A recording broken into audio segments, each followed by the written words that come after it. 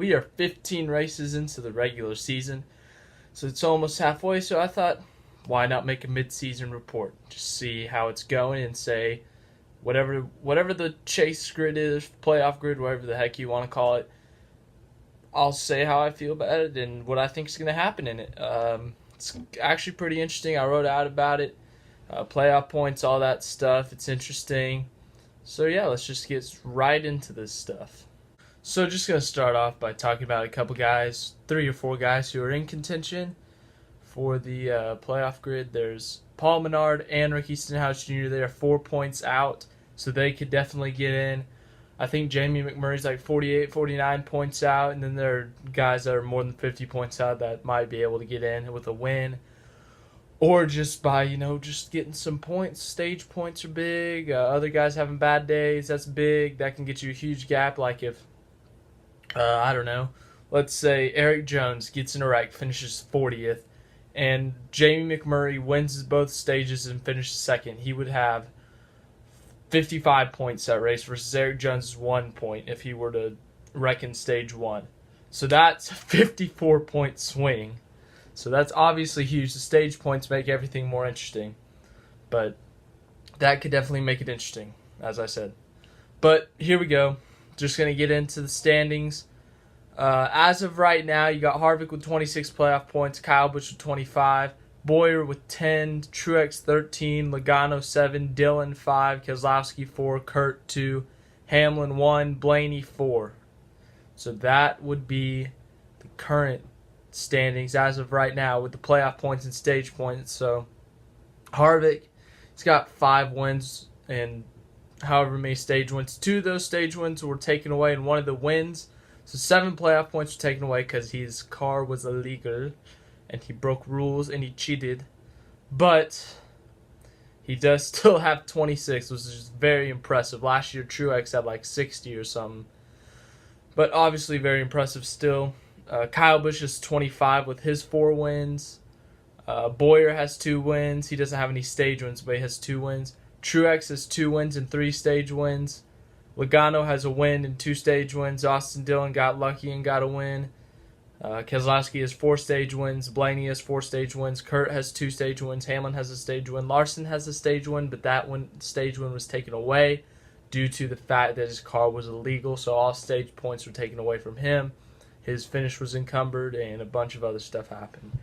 So the current 16 would be Harvick, Kyle Busch, Boyer, Truex, Logano, Dillon, Keselowski, Kurt Busch, Hamlin, Blaney, Larson, Almirola, Jimmy Johnson, Chase Elliott, Eric Jones, and Alex Bowman.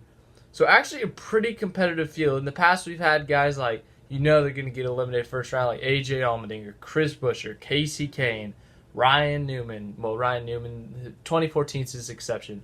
But obviously, all these, there's been drivers that you just know are going to get eliminated first round. But this year, when I was writing out this bracket and doing it, it was actually pretty difficult to decide who would get eliminated, who wouldn't. It was very interesting. So I think you'll be interested to see how I decided to see how it played out. Correct me in the comments if I'm wrong, but I know this for a fact that the winner of the regular season gets 15 playoff points, but I'm not sure about 2nd through 10th. I think it goes 9, 8, 7, 6, 5, 4, 3, 2, 1. It might go 10, 9, 8, 7, 6, 5, 4, 3, 2. I'm not sure. I did it with the 9, 8, 7, 6, blah, blah, blah, blah. You know the point. So if you throw those into effect with the regular season points, Kyle Busch wins the regular season. If the playoffs started today, it obviously won't. Kyle Busch gets 15. Kevin Harvick gets 9. Joey Logano gets 8. Keselowski 7. Where's 6? Boyer 6. Truex 5. Kurt Busch 4. Denny Hamlin 3. Ryan Blaney 2. And Kyle Larson gets 1 playoff point. So that's how it would shake out in the overall standings in order. Kyle Busch with 40 playoff points. Kevin Harvick with 35 playoff points. Truex with 18 playoff points. Boyer with 16 playoff points. Logano with 15. Keselowski with 11. Kurt Busch with 6. Ryan Blaney has 6 as well, but Kurt Busch has the advantage because of points. Austin Dillon has 5 from that win. Denny Hamlin has 4 from stage wins and regular season. And Kyle Larson has the 1 from finishing 10th in the regular season standings. Rest of the guys would have 0 playoff points, 0 advantage. Eric Almirola, Jimmy Johnson, Chase Elliott, Eric Jones, and Alex Bowman. So going to start off with the first round of the chase and what I got down. Out of the 16 automatics, you just got to go Harvick, Kyle Busch, Truex, Boyer, Logano, Keselowski. I think those are all the guaranteed locks. I think they'll all just breeze their way through. First race is at Vegas, 1.5 miles. I think Harvick's going to win that. Harvick's 1.5 miles just did so good. He won that race earlier this year. Kyle Busch, Truex are going to be strong there as well. Richmond is a short track. This could be definitely throw a difference into just the playoffs in general, just because Truex has never won a short track. And then there's some guys that aren't as good as short tracks. There's some guys who are great at short tracks, but I don't think it'll affect the outcome too much, but I think it could hurt some guys because short tracks, obviously, there's more wrecks and stuff. And then you also got the Roval. You got to put the Roval into effect. How are guys going to run this? Are they going to... Well, obviously, it's a road course. And I think the guys in this current playoff bracket that are the best at road courses, I'd say Kyle Busch, Martin Truex Jr., Joey Logano, and let's see. Johnson has struggled. He only has one career road course win. Kurt Busch is actually a decent road racer. Keselowski's decent. Boyer's decent. Harvick's okay. He got that win at Sonoma last year. Larson, he's okay. Hamlin, he's got a win at Watkins Glen.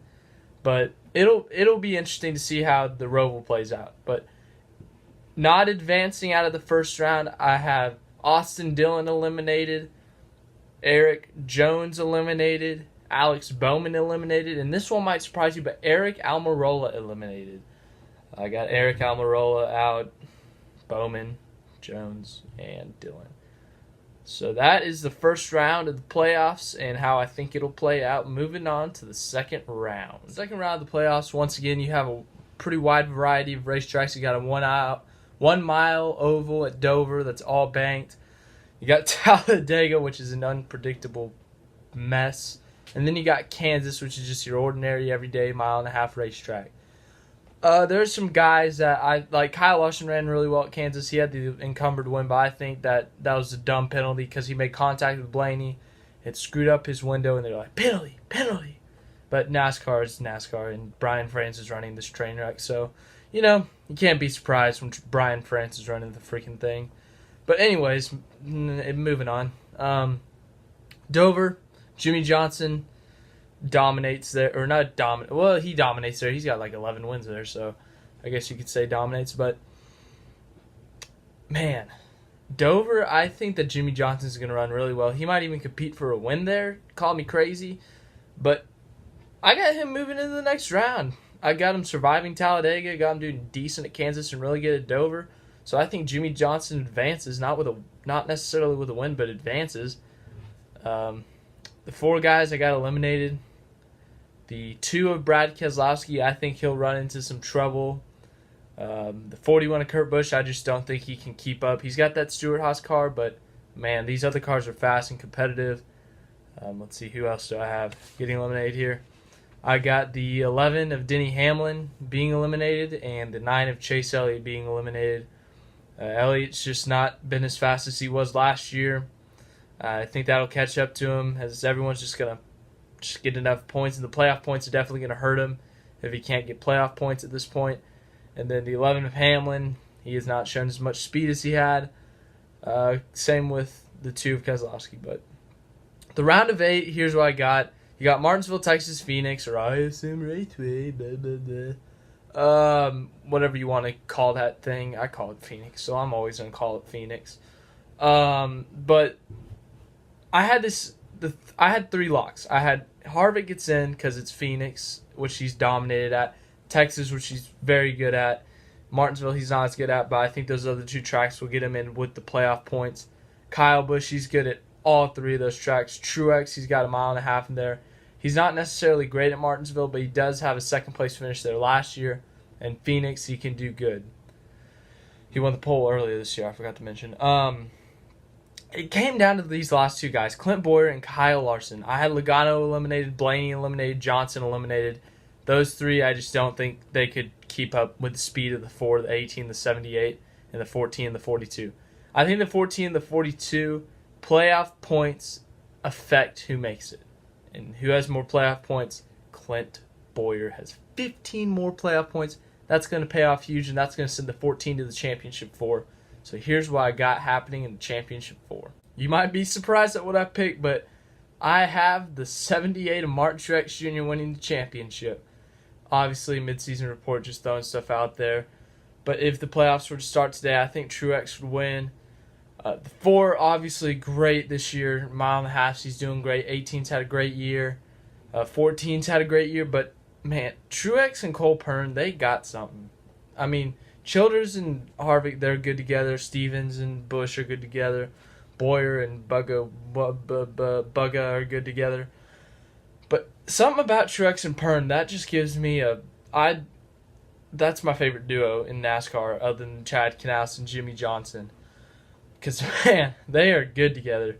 I think that it would come down to a late race restart, and I think that Cole Pearn would definitely, if they weren't running good enough, I think he would go crazy, not go crazy, but do something like put 2 tires instead of 4 or not take tires just because everyone else, he'd do something to beat everyone else. And I think that Truex has got the drive, and he's good enough to drive up, pull away, hold off Kyle, Kevin, and Boyer for the championship.